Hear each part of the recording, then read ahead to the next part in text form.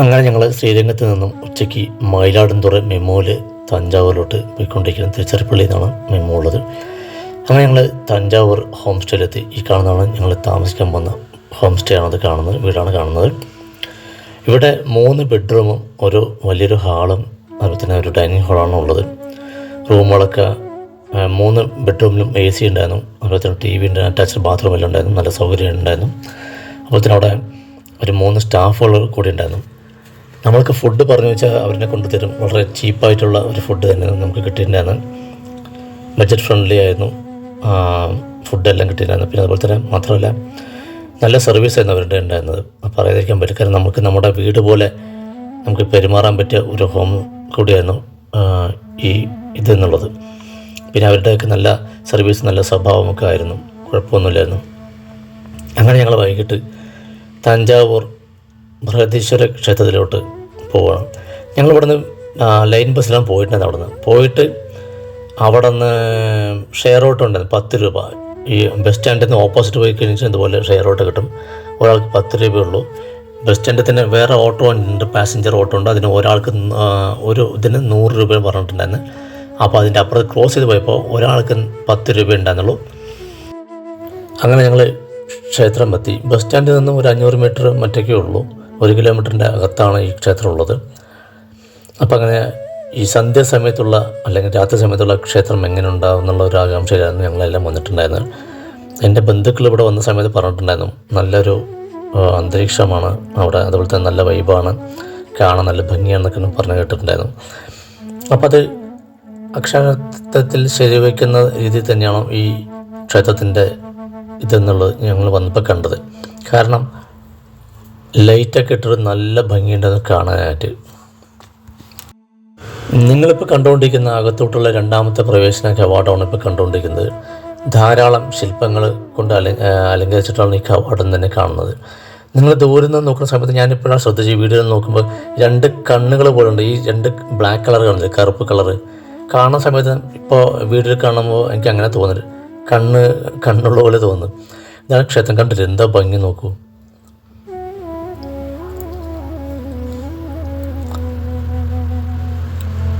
കണ്ടില്ലേ, ഭയങ്കര നല്ല രസമുണ്ട് കാണാനായിട്ട്. കാരണം എല്ലാവിടെയും ലൈറ്റ് ഉണ്ട്, എല്ലാ ഭാഗത്തും ലൈറ്റ് ഉണ്ട്, ഒരു ഭാഗത്ത് പോലും ഇരുട്ടില്ല. പിന്നെ നന്ദീൻ്റെ ശിലയൊക്കെ നിങ്ങൾ കാണുന്നത്, ആ വലിയ ഗോപുരമൊക്കെ നിങ്ങൾ കാണുന്നുണ്ടല്ലോ, ലൈറ്റൊക്കെ വെച്ചിട്ട്. ആ മുകളിലത്തുള്ള താഴെക്കൂടത്തിലടക്കം ലൈറ്റ് വെച്ചിട്ടുണ്ട്. ഒരു കണ്ടില്ലേ, നല്ല ഭംഗിയുണ്ട് കാണാൻ.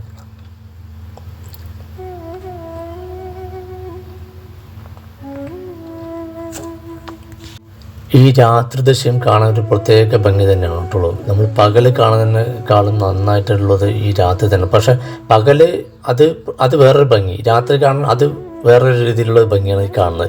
കാരണം നമ്മൾ ഏതൊരു ക്ഷേത്രത്തിൻ്റെയും രാത്രി ദൃശ്യം കാണാത്തത്തോളം ഭംഗി ഉണ്ടാകുന്നു, ഇതുപോലത്തോളം ഭംഗി ഉണ്ടാകുന്നത് എനിക്കറിയില്ല.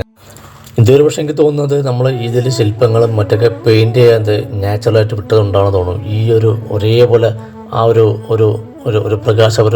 പ്രകാശപൂർണ്ണമായിട്ടുള്ള ഒരു ഇത് കാണുന്നത് അതുകൊണ്ടാണെന്ന് തോന്നുന്നു. ഒരുപക്ഷെ ഈ കളറോട് കൂടിയിട്ടുള്ള ശില്പങ്ങളും മറ്റൊക്കെ കാണുമെന്ന് വെച്ച് കഴിഞ്ഞാൽ ഇത്രത്തോളം ഒരുപക്ഷെ അട്രാക്ഷൻ ഉണ്ടാകുന്ന കാര്യം പറയാൻ പറ്റും. കാരണം ഈ ലൈറ്റിൻ്റെ ഇതിൽ, കാരണം എല്ലാതും ഒരേ കളറാണ് കാണുന്നത്. നാച്ചുറലായിട്ട് വിട്ടാണ് തോന്നുന്നത്. ഇതിൽ പെയിൻ്റ് ഒന്നും ചെയ്തിട്ടില്ല എന്നാണ് എനിക്ക് തോന്നുന്നത്.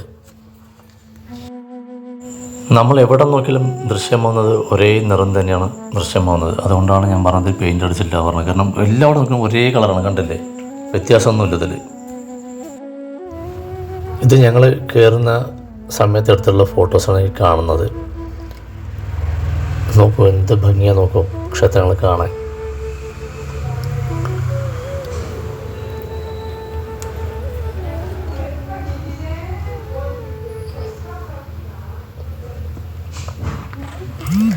എല്ലാവിടെയും ഫുള്ള് ലൈറ്റ് തന്നെയാണ്, എല്ലാവിടെയും ലൈറ്റ് തന്നെയാണ്.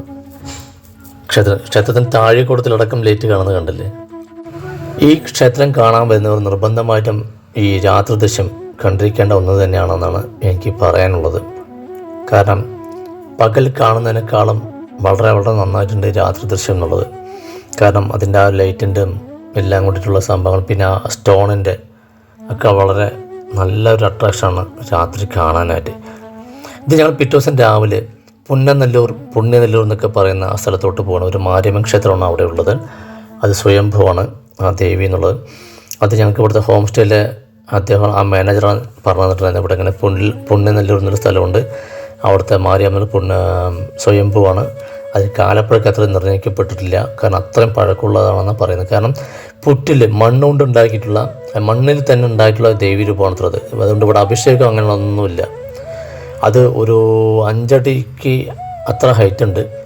അത് ദേവിയുടെ രൂപത്തിൽ തന്നെ ഉണ്ടായതാണ് അത്രേ. ആ മണ്ണിൻ്റെ സാധാരണ ഒരു ചെറിയൊരു പുറ്റ് പോലെ വന്നിട്ട് അതിൽ നമ്മൾ ആരാധിക്കുന്നല്ല, ദേവിയുടെ രൂപത്തിൽ തന്നെ മണ്ണുകൊണ്ടുള്ള ആ രൂപം ഉണ്ടായെന്നാണ് പറയുന്നത്. അപ്പോൾ ഇതെന്ന് വെച്ചാൽ വളരെ സ്പെഷ്യലാണ്. അപ്പോൾ അവിടെ അഭിഷേകങ്ങൾ അങ്ങനെയൊന്നുമില്ല. അത്യാവശ്യം വലിയ ക്ഷേത്രം തന്നെയായിരുന്നു ഈ ദേവീക്ഷേത്രം എന്നുള്ളത്. ഞങ്ങൾ പോകുന്ന സമയത്ത് അത്യാവശ്യം കുറച്ച് തിരക്കുണ്ടായിരുന്നു. നല്ലൊരു ക്ഷേത്രമാണ് കേട്ടുള്ളൂ, കാരണം നല്ലൊരു എനർജി നമുക്ക് ഇവിടെ പോകുമ്പോൾ ഫീൽ ആവുന്നുണ്ട്. നല്ലൊരു അന്തരീക്ഷമാണ് ആ ക്ഷേത്രത്തിന് ഉണ്ടായിരുന്നത്. കണ്ട് നല്ല വൃത്തിയും എല്ലാം ഉണ്ട് ആ അമ്പലത്തിൽ. അങ്ങനെ ഞങ്ങൾ അവിടെ നിന്ന് തൊഴുതിട്ട് ഇനി അടുത്തത് ഒരു തിട്ടെ എന്ന് പറഞ്ഞിട്ടുള്ള ഒരു ക്ഷേത്രം കൂടിയുണ്ട്. ഗുരുക്ഷേത്രമാണ് അവിടെ ഉള്ളത്. അതും ഈ പറഞ്ഞ പോലെ ഹോം സ്റ്റേയിൽ അദ്ദേഹം തന്നെ പറഞ്ഞു തന്നിട്ടുണ്ടായിരുന്നു തിട്ടെ എന്നുള്ള സംഭവം. ഞങ്ങൾക്ക് അവിടെ നിന്ന് ഒരു ട്രാവലർ പോലത്തെ ഒരു വണ്ടി എടുത്തിട്ടുണ്ടായിരുന്നു, അതിലാണ് ഞങ്ങൾ പോയിട്ടുണ്ടായത്. അവിടെ ഞങ്ങൾ രാവിലെ ഇറങ്ങിയിട്ട് ഫസ്റ്റ് ഈ ക്ഷേത്രം പോയി, അതിനുശേഷം തിട്ടെ, പിന്നെ അതിനുശേഷം ബൃഹദീശ്വര ക്ഷേത്രത്തിലോട്ട് പോകാനാണ് പ്ലാൻ ചെയ്തിരിക്കുന്നത്. അപ്പോൾ അങ്ങനെ ഞങ്ങൾ ഇവിടെ നിന്ന് ക്ഷേത്രത്തിലോട്ട് നിന്ന് ഇറങ്ങി. കണ്ടില്ലേ അതിനകത്തുള്ള ഫോട്ടോസാണ് കാണുന്നത്. നല്ല ക്ഷേത്രം ഉണ്ടോ, നല്ല ഭംഗിയുണ്ട് ക്ഷേത്രം കാണാനായിട്ട്. പിന്നെ നല്ലൊരു വൃത്തിയുണ്ട്, പിന്നെ മാത്രം നല്ലൊരു എനർജി ആ ക്ഷേത്രത്തിലുണ്ട്. അങ്ങനെ ഞങ്ങൾ വരുന്ന വഴിക്ക് ആ ക്ഷേത്രത്തിൽ നിന്ന് നേരെ പോയത് അന്നപൂർണ്ണ എന്നുള്ള റെസ്റ്റോറൻറ്റിലോട്ടാണ് പോയത്. അവിടെ പോയിട്ട് രാവിലത്തെ പ്രഭാത ഭക്ഷണം കഴിച്ചുകൊണ്ടിരിക്കുകയാണ്. പ്രാതൽ നല്ല ഫുഡായിരുന്നു അവിടെ, പറയാതിരിക്കാൻ പറ്റില്ല.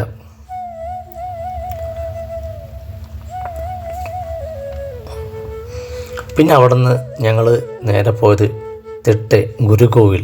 അതായത് ഇന്ത്യയിൽ ഗുരുവിൻ്റെ പ്രതിഷ്ഠയുള്ളത് 2 അമ്പലമാണ് മാത്രമേ ഉള്ളത്. ഒന്ന് ഇവിടെയും പിന്നെ വേറെ ഒരു സ്ഥലം കൊണ്ട് പറഞ്ഞിട്ടുണ്ടായിരുന്നു. അപ്പോൾ ഇവിടെ ഗുരു എന്ന് വെച്ച് കഴിഞ്ഞാൽ നമ്മൾ സാധാരണ ഇദ്ദേഹം പറഞ്ഞത് എങ്ങനെയെന്ന് വെച്ച് കഴിഞ്ഞാൽ നമ്മുടെ നവഗ്രഹങ്ങളിലുള്ള ഗുരു അല്ല, ഇത് സ്വയംഭൂവായിട്ടുള്ള ഗുരുവാണെന്നാണ് അദ്ദേഹം പറഞ്ഞത്. പക്ഷേ ഞങ്ങൾ ക്ഷേത്രത്തിലോട്ട് പോയപ്പോൾ അവിടുത്തെ പൂജാരി പറഞ്ഞതെന്ന് വെച്ച് കഴിഞ്ഞാൽ നവഗ്രഹങ്ങൾ കാണുന്ന വ്യാഴത്തെ പ്രതിനിധീകരിക്കുന്ന ഗുരുവുണ്ട്, ബൃഹസ്പതി, അദ്ദേഹമാണെന്നാണ് അവർ പറഞ്ഞത്. മാത്രമല്ല വസിഷ്ഠ മുനി തപസ് ചെയ്തിട്ടുള്ള സ്ഥലം കൊണ്ടാണ് ഇപ്പോൾ ഈ പോകുന്ന ഈ ക്ഷേത്രം എന്നുള്ളത്, ഈ സ്ഥലം എന്നുള്ളത്. ഇതും നല്ല പഴക്കമുള്ള ഒരു ക്ഷേത്രം കൂടിയാണത്. പിന്നെ ഇതിൻ്റെ ദർശനം തെക്കോട്ടാണ് ദർശനം ഇതിൻ്റെ. പിന്നെ ഇതിനകത്തുള്ള ശിവലിംഗമുണ്ട്. ശിവലിംഗത്തിൽ വന്നിട്ട് ഈ ഓരോ നാഴികയ്ക്കും മുകളിൽ നിന്ന് ഒരു ഡ്രോപ്പ് ജലം ധാര പോലെ ശിവൻ്റെ ശിരസിൽ വീണുകൊണ്ടിരിക്കും. അവിടെ നമ്മൾ ധാരയായിട്ട് വെള്ളമോ ഒന്നും തൂക്കിയിട്ടില്ല. അതിനകത്ത് ഒരു രത്നമുണ്ട്, ചന്ദ്രകാന്തക്കല്ലും പിന്നെ വേറെ എന്തൊരു കല്ല് കൂടി പറഞ്ഞിട്ടുണ്ട്. അത് മിക്സ് ചെയ്ത് വെച്ചിട്ടുള്ളത് കൊണ്ട് ഓരോ നാഴികയ്ക്കും ഓരോ ഡ്രോപ്പ് വെള്ളം ശിവൻ്റെ ശിരസിൽ വീഴും എന്നാണ് അവിടുത്തെ മെയിനായിട്ടുള്ള പൂജാരി പറഞ്ഞത്. അപ്പോൾ അവിടെ നിന്ന് ആ ക്ഷേത്രത്തിൻ്റെ കുറച്ച് കാര്യങ്ങൾ എനിക്ക് എടുക്കാൻ പറ്റിയിട്ടുണ്ട്. വീഡിയോ മുഴുവൻ എടുത്തില്ലെങ്കിലും കുറേ കാര്യങ്ങൾ എടുക്കാൻ പറ്റിയിട്ടുണ്ട്. ഇത് ആ ഫ്രണ്ടിലുള്ള ഒരു ഹോളാണ്, ഫ്രണ്ടിലുള്ള ഒരു കുളവും മറ്റൊക്കെയാണ് കാണുന്നത്. അങ്ങനെ ഞങ്ങൾ നേരെ തിരിച്ച് പോയത് വീണ്ടും തഞ്ചൈ പെരിയ കോവിലോട്ടാണ്, ബിഗ് ടെമ്പിളിലോട്ടാണ് വീണ്ടും പോകുന്നത്. രാവിലത്തെ ദൃശ്യം എങ്ങനെയാണ് കണ്ടില്ലേ? നമ്മൾ രാത്രി കണ്ടിട്ടുള്ള പോലെയല്ല രാവിലെ കാണുമ്പോൾ വ്യത്യാസമുണ്ട്. കാരണം അതിൻ്റെ ഒരു ലൈറ്റും ഞങ്ങൾ ഒന്നാമത് പോകുന്ന സമയത്ത് 11:30 കഴിഞ്ഞ് 12 മണിൻ്റെ അടുത്തായിട്ടുണ്ട്. നല്ല വെയിലുണ്ടെന്നും പറയാതിരിക്കാൻ വയ്യ. പക്ഷേ നമ്മുടെ പാലക്കാടുള്ള പോലത്തെ ചൂടോ അല്ലെങ്കിൽ എൻ്റെ മധുരയിലുള്ള പോലുള്ള ചൂടൊന്നും അവിടെ ഇല്ല. ഒന്നാമത് അതെനിക്ക് പറയാതിരിക്കാൻ പറ്റില്ല. രാത്രിത്തെ അല്ലേ നിങ്ങൾക്ക് കൂടുതൽ ശില്പങ്ങളൊന്നും ക്ലിയറായിട്ട് കണ്ടിട്ടുണ്ടല്ലോ, പക്ഷേ ഇപ്പോൾ നിങ്ങൾക്ക് ക്ലിയറായിട്ട് കാണാമെന്ന് ഞാൻ വിചാരിക്കുന്നു. കണ്ടില്ല എന്താ ഭംഗി കണ്ടില്ലേ? ഇവർ നന്നായിട്ട് വൃത്തിയാക്കി നീറ്റ് ആൻഡ് ക്ലീൻ ആയിട്ട് വെച്ചിട്ടുള്ളൂ ഈ ക്ഷേത്രം എന്നുള്ളത്. സാധാരണ അങ്ങനെ ഒരു വൃത്തിഹീനമായിട്ടുള്ളത് അങ്ങനെ ഒന്നും തന്നെ ഈ ക്ഷേത്രത്തിലില്ല. വളരെ നല്ലൊരു ഇതായിട്ട് വെച്ചിട്ടുണ്ട്. ഇതിൻ്റെ ചരിത്രവും മറ്റൊക്കെ രേഖപ്പെടുത്തുന്ന ബോർഡ് ഫ്രണ്ടിൽ തന്നെ വെച്ചിട്ടുണ്ടായിരുന്നു. ഇനി ഈ ക്ഷേത്രത്തിൻ്റെ ചരിത്രം പരിശോധിക്കുകയാണെങ്കിൽ രാജരാജ ചോളനാണ് ഈ ക്ഷേത്രം നിർമ്മിച്ചത് എന്നാണ് പറയപ്പെടുന്നത്. 1010 ഈ ക്ഷേത്രം പൂർത്തീകരിച്ചത്. അദ്ദേഹത്തിന് അന്ന് പ്രായം 19 വയസ്സിൽ പണി തുടങ്ങി 6 വർഷം കൊണ്ട് നിർമ്മിച്ചാണ് ഈ ക്ഷേത്രം എന്നുള്ളത്. ഈ ക്ഷേത്രത്തിൻ്റെ ഉയരം എന്നുള്ളത് 216 അടി ആണ് ഇതിൻ്റെ ഉയരം എന്നുള്ളത്. ഇതിൽ പ്രധാനമായിട്ടും പറയപ്പെടുന്നത് ആ മുകളിലുള്ള താഴേക്കുടം അല്ലെങ്കിൽ ക്ഷേത്ര വിമാനം എന്നുള്ളത്. അതിൽ 87 ടണ്ണാണ് അതിൻ്റെ ഭാരം എന്നുള്ളത്.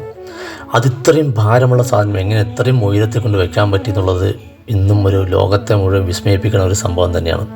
കാരണം ഒരു സാങ്കേതിക വിദ്യയും അന്ന് ഇല്ലാതെ ഇത്രത്തോളം മോഡേണൈസ് ആയിട്ടുള്ള ഒരു സംഭവം ഇല്ലാത്ത സമയത്ത് അവരെങ്ങനെ ഇത്രയും ഭാരമുള്ള വസ്തു അവിടെ അത്രയും ഉയരത്തിൽ കൊണ്ട് വെച്ചെന്നുള്ള കാര്യം ഇന്നും ആൾക്കാർക്ക് ഒരു വലിയൊരു വിസ്മയം തന്നെയാണത്.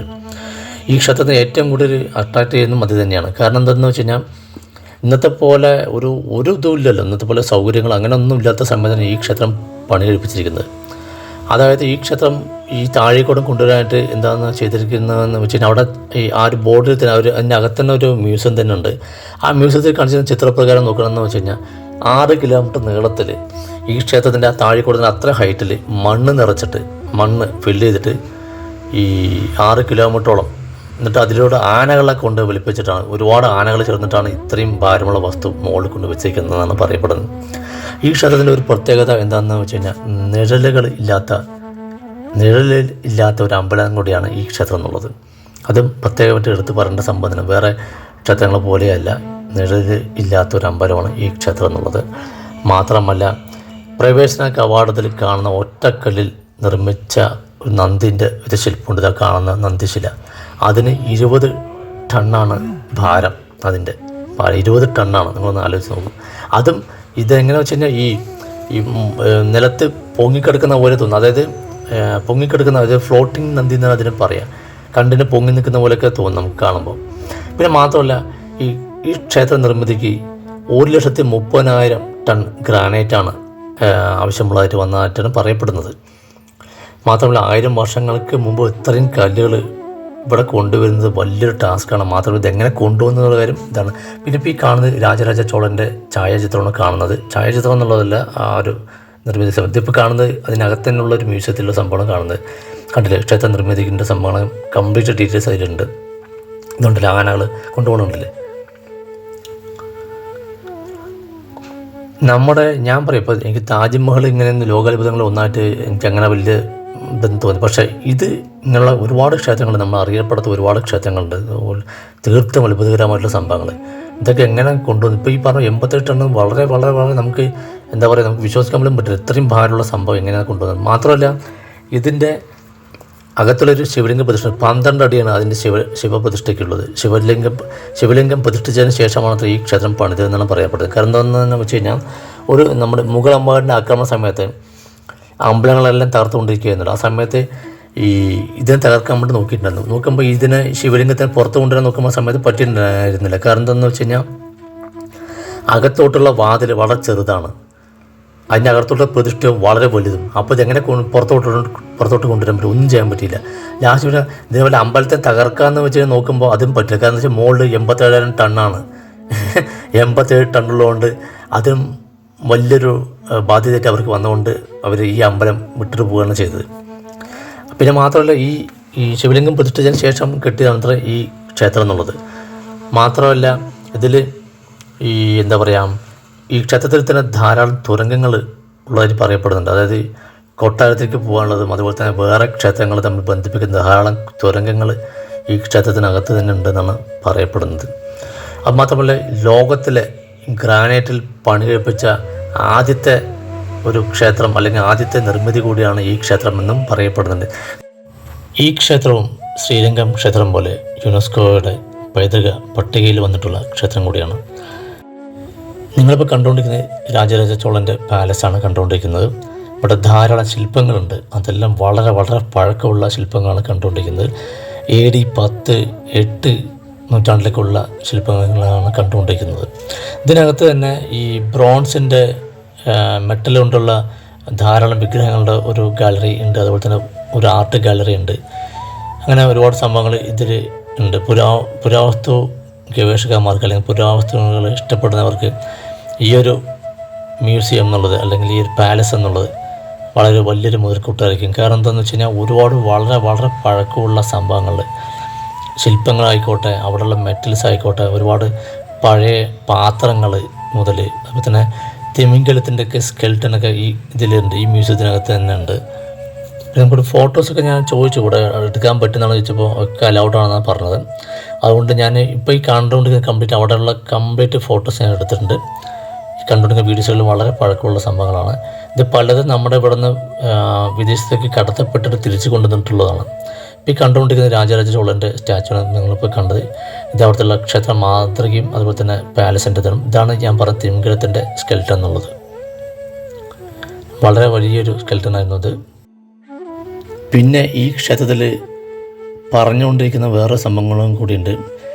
ഈ അധികാരത്തിലിരിക്കുന്നവർ അതുപോലെ കാമുകന്മാരൊന്നും ഈ ക്ഷേത്രത്തിൽ പോകാറില്ലെന്ന് പറഞ്ഞിട്ടുണ്ട്. എന്താണെന്ന് വെച്ച് കഴിഞ്ഞാൽ അധികാരത്തിലുള്ളവർ പോയിക്കഴിഞ്ഞെന്ന് വെച്ച് കഴിഞ്ഞാൽ അധികാരം സ്ഥാനഭ്രംശം ഉണ്ടാവുമെന്ന് പറഞ്ഞു കേട്ടിട്ടുണ്ട്. അതുപോലെ തന്നെ കാമുകന്മാരെ പോയി കഴിഞ്ഞ് കഴിഞ്ഞാൽ അത് പിരിഞ്ഞു പോകുമെന്നും പറഞ്ഞു കേട്ടിട്ടുണ്ട്.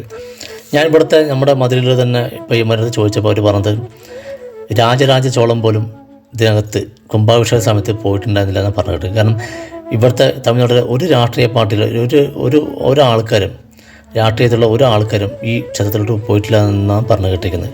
CMN മാത്രം പോയി, CMN ഒഴിച്ച് ബാക്കി ഒരാളും ഇതിനകത്തോട്ട് പോയിട്ടില്ല എന്നാണ് പറഞ്ഞു കേട്ടിരുന്നത്. ഞാൻ 2010 ഇതിന് 1000 വർഷം സെലിബ്രേറ്റ് ചെയ്യുന്ന സമയത്ത് കരുണാനിധി ചീഫ് മിനിസ്റ്റർ അദ്ദേഹം ഈ ക്ഷേത്രത്തിനകത്തോട്ട് പ്രവേശിച്ചിട്ടില്ല എന്നാണ്. അത് വലിയൊരു കോലാഹലം പോലെ ആയിട്ടുണ്ടായിരുന്ന സമയത്ത്. ഞാൻ ആ സമയത്ത് ചെന്നൈയിലുണ്ടായിരുന്ന സമയത്ത് ഒരുപാട് പഴയ വിഗ്രഹങ്ങളാണ് ഇവിടെ ഉള്ളത്. അതെല്ലാം കാണേണ്ടത് തന്നെയായിരുന്നു. അങ്ങനെ ഞങ്ങൾ അവിടെ നിന്ന് പുറത്തോട്ട് ഇറങ്ങി നോക്കുമ്പോൾ ഒരു തത്ത അവിടെ ചത്ത് കിടക്കുന്നുണ്ടായിരുന്നു. അങ്ങനെ തഞ്ചാവൂരിന് വിട പറയാണ്. ഞങ്ങൾക്ക് വൈകിട്ട് 4:30 ട്രെയിൻ ഉണ്ടായിരുന്നത്. 4:30 6:30 ട്രെയിൻ. ഞങ്ങളൊരു 5 മണിക്കുമ്പോഴത്തേനും ഇവിടെ എത്തി. ഞങ്ങളിപ്പോൾ റെയിൽവേ സ്റ്റേഷനിലാണ്. അങ്ങനെ തഞ്ചാവൂർ എന്നുള്ളത് ഒരിക്കലും മറക്കാൻ പറ്റാത്ത ഒരു യാത്രയായിട്ട് ഞങ്ങൾക്ക് അനുഭവപ്പെട്ടു. ശ്രീരംഗം തഞ്ചാവൂർ എന്നുള്ള ജീവിതത്തിൽ ഒരിക്കലും മറക്കാൻ പറ്റാത്ത ഒരു അനുഭവമായിട്ട് മാറി. കാരണം ഇത്രയും പേരായിട്ട് എല്ലാവരും കൂട്ടിയിട്ടുള്ള ഒരു മനോഹരമായിട്ടുള്ള നിമിഷങ്ങൾ. ഞങ്ങൾ 4 ദിവസം ഉണ്ടായിരുന്നു അവിടെ. അങ്ങനെ ഞങ്ങളുടെ പാലക്കാടേക്കുള്ള ട്രെയിന് വന്നു. തിരിച്ച് തഞ്ചാവൂരിൽ നിന്നും പാലക്കാട്ടേക്ക്. അങ്ങനെ പാലക്കാട് 3:30 ആകുമ്പോൾ എത്തി. രാത്രി പുലർച്ചെ 3:30 എത്തിയത്. അങ്ങനെ ഓർക്കച്ചാടോട് കൂടിയിട്ട് എനിക്ക് പലരും ഉറങ്ങിയിട്ടുണ്ട്. പക്ഷേ എനിക്ക് ഉറക്കം വന്നിട്ടുണ്ടായില്ല. ഞാൻ മുകളിൽ നിന്ന്, കാരണം ട്രെയിനിലേക്ക് ഒരുപാട് മോഷണങ്ങളൊക്കെ ഉള്ളതുകൊണ്ട് ഞാൻ ഉറക്കം വെച്ചിരിക്കുക തന്നെയായിരുന്നു. മോള് ഉറക്കത്തിൽ നിന്ന് എടുത്തിട്ട് പോയിക്കൊണ്ടിരിക്കുകയാണ്. കണ്ടില്ല, ഉറങ്ങിയിട്ടുള്ള മുഖം കണ്ടില്ല മോളുടെ. അങ്ങനെ മനോഹരമായിട്ടുള്ള നിമിഷങ്ങളും മനോഹരമായിട്ടുള്ള ഫോട്ടോസും ഓർമ്മകളും എല്ലാം മനസ്സിൽ സൂക്ഷിച്ചുകൊണ്ട് തഞ്ചാവൂരെന്ന് ഇവിടെ പറഞ്ഞു പാലക്കാടെത്തി. ഇത് നിങ്ങൾ കണ്ടുകൊണ്ടിരിക്കുന്ന അവിടുത്തെ നല്ല നല്ല ഫോട്ടോസാണ് കണ്ടുകൊണ്ടിരിക്കുന്നത്.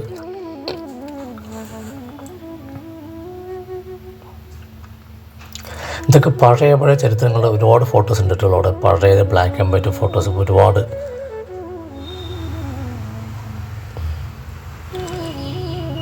അങ്ങനെ നിങ്ങൾക്ക് ഈ വീഡിയോ ഇഷ്ടപ്പെട്ടു എന്ന് വിചാരിക്കുന്നു. എന്നാൽ കഴിയുന്ന വിധത്തിലുള്ള എക്സ്പ്ലനേഷൻ ഞാൻ തന്നിട്ടുണ്ട്. വീണ്ടും കാണുന്നവർക്ക് നിങ്ങളുടെ സ്വന്തം മണ്ഡലകൃഷ്ണ വിശ്വനാഥൻ, ഒരു സാധാരണ പാലക്കാടുകാരൻ.